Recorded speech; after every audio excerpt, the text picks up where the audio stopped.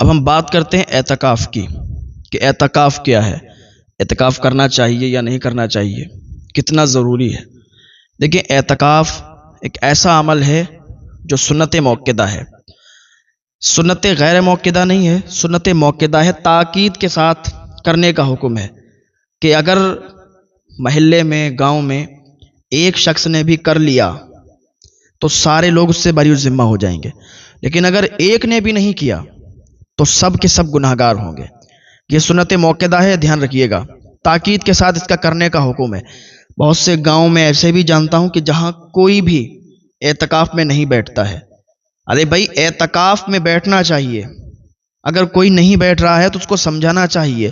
بہت سے لوگوں کو یہ پتہ ہی نہیں ہے کہ اعتکاف ہوتا کیا ہے، اعتکاف کہتے کسے ہیں، تو یہ سمجھنے کی ضرورت ہے۔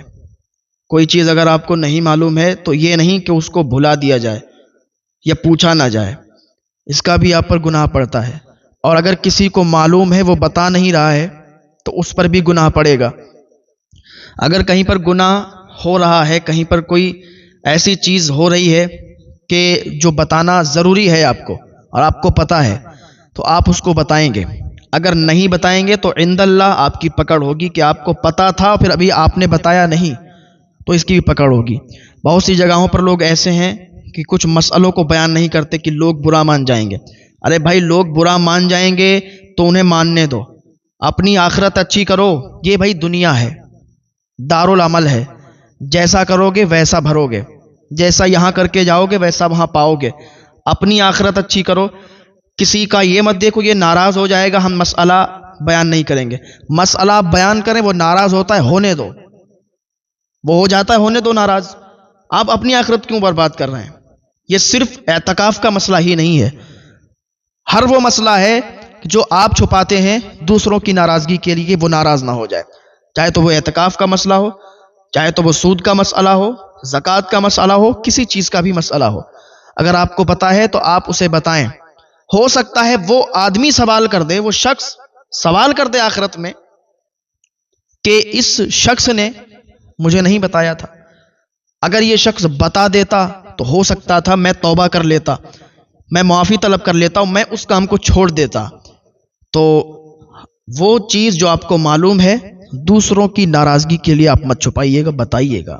تو بات چل رہی تھی اعتکاف کی۔ بخاری اور مسلم کی حدیث پاک ہے، حضرت عائشہ رضی اللہ عنہا سے مروی ہے کہ حضور پاک صلی اللہ تعالیٰ علیہ وسلم رمضان المبارک کے آخری 10 دن اعتکاف کرتے تھے۔ پھر آپ صلی اللہ تعالیٰ علیہ وسلم کے بعد آپ کی ازواج مطہرات نے اعتکاف کیا۔ اور حضرت ابو ہریرہ رضی اللہ تعالیٰ عنہ سے بھی مروی ہے کہ حضور پاک صلی اللہ تعالیٰ علیہ وسلم ہر سال رمضان میں 10 دن اعتکاف فرماتے تھے۔ جس سال آپ کا وصال ہوا اس رمضان میں آپ صلی اللہ تعالیٰ علیہ وسلم نے 20 دن کا اعتکاف کیا تھا۔ اور حضرت ابن عباس رضی اللہ تعالیٰ عنہما سے مروی ہے کہ حضور پاک صلی اللہ تعالیٰ علیہ وسلم نے فرمایا، جو شخص اللہ رب العزت کی رضا کے لیے صرف ایک دن اعتکاف کرتا ہے تو اللہ رب العزت دوزخ اور اس کے درمیان 3 خندقوں کا فاصلہ کر دیتا ہے، اور ہر خندق مشرق سے مغرب کے درمیانی فاصلے سے زیادہ لمبی ہے۔ جو شخص رمضان المبارک میں 10 دن اعتکاف کرتا ہے اللہ رب العزت اسے 2 حج 2 عمرے کا ثواب عطا فرماتا ہے۔ اسی میں ایک رات آتی ہے شب قدر۔ حضرت عائشہ صدیقہ رضی اللہ تعالی عنہا فرماتی ہیں کہ حضور پاک صلی اللہ تعالیٰ علیہ وسلم نے فرمایا کہ شب قدر کو رمضان کے آخری عشرے کی طاق راتوں، اور ایک روایت میں ہے کہ 7 راتوں میں تلاش کرو۔ تو اس سے پتہ چلتا ہے کہ اعتکاف کی بہت ساری فضیلت ہے۔ اعتکاف کریں، اعتکاف میں بیٹھیں۔ اللہ رب العزت کی بارگاہ میں دعا ہے کہ اللہ تعالی ہم سب کو ہدایت کی توفیق عطا فرمائے اور مسائل سمجھنے کی، سمجھانے کی توفیق عطا فرمائے۔ بہت سے ایسے مسائل ہیں کہ جو لوگ ایک دوسرے سے پوچھنے میں شرم کرتے ہیں، بہت سے ایسے مسائل ہیں کہ کچھ لوگ یوں بیان نہیں کرتے کہ وہ سامنے والا ناراض نہ ہو جائے۔ تو سب سے مین چیز ہے کہ مسئلے مسائل میں نہ ہی شرم، نہ ہی رشتہ داری، نہ ہی تعلقات، کچھ نہیں دیکھنا چاہیے۔ اگر آپ کو پتہ ہے تو آپ مسئلہ بیان فرمائیں۔ سامنے والا اگر ناراض ہوتا ہے تو ہونے دیں، سامنے والا آپ سے تعلق توڑتا ہے تو توڑنے دیں، مگر اپنی آخرت، سامنے والے کے لیے اپنی آخرت برباد مت کریں۔ آپ مسئلہ صاف طور سے بتائیں گے تو ہو سکتا ہے اس کے دل پر اثر ہو اور وہ توبہ کر کے معافی مانگ کر اور وہ سچی راہ اختیار کر لے، تو آپ کی بھی آخرت سنبھل جائے گی اور اس کی بھی آخرت سنور جائے گی، آپ کی دنیا بھی سنورے گی اور آخرت بھی سدھرے گی، اس کی بھی دنیا اور آخرت دونوں سنور جائیں گی۔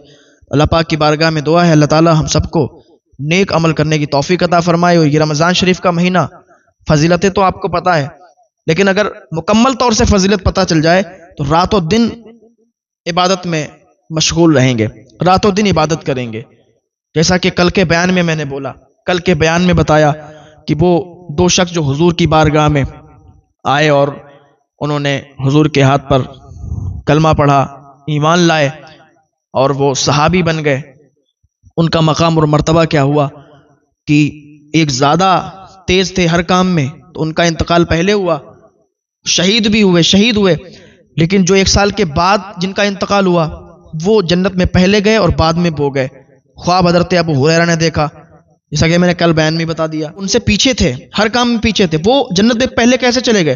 کیونکہ انہیں 1 سال ملا اور اس 1 سال میں انہیں رمضان شریف کا مہینہ ملا، اور رمضان شریف کے مہینے میں انہوں نے عبادت کی اور اللہ کو راضی کیا، اور وہ 3 عشرے بھی انہیں ملے، اور جس کا میں نے بیان کیا ابھی اعتکاف کا وہ عشرہ، اور اس میں لیلۃ القدر، تو یہ ساری جو چیزیں تھیں وہ انہیں ملی اور رمضان شریف کا مہینہ ملا، اس کی برکت سے وہ پہلے والے صحابی سے پہلے چلے گئے جنت میں۔ تو اتنی زیادہ فضیلت ہے، اور آج اگر ہم حیات ہیں، ہم زندہ ہیں، اللہ تعالیٰ نے یہ بہت بڑا فضل ہم پر فرمایا ہے، بہت بڑا کرم ہم پر فرمایا ہے کہ اللہ تعالیٰ نے یہ مہینہ ہمیں نصیب فرمایا۔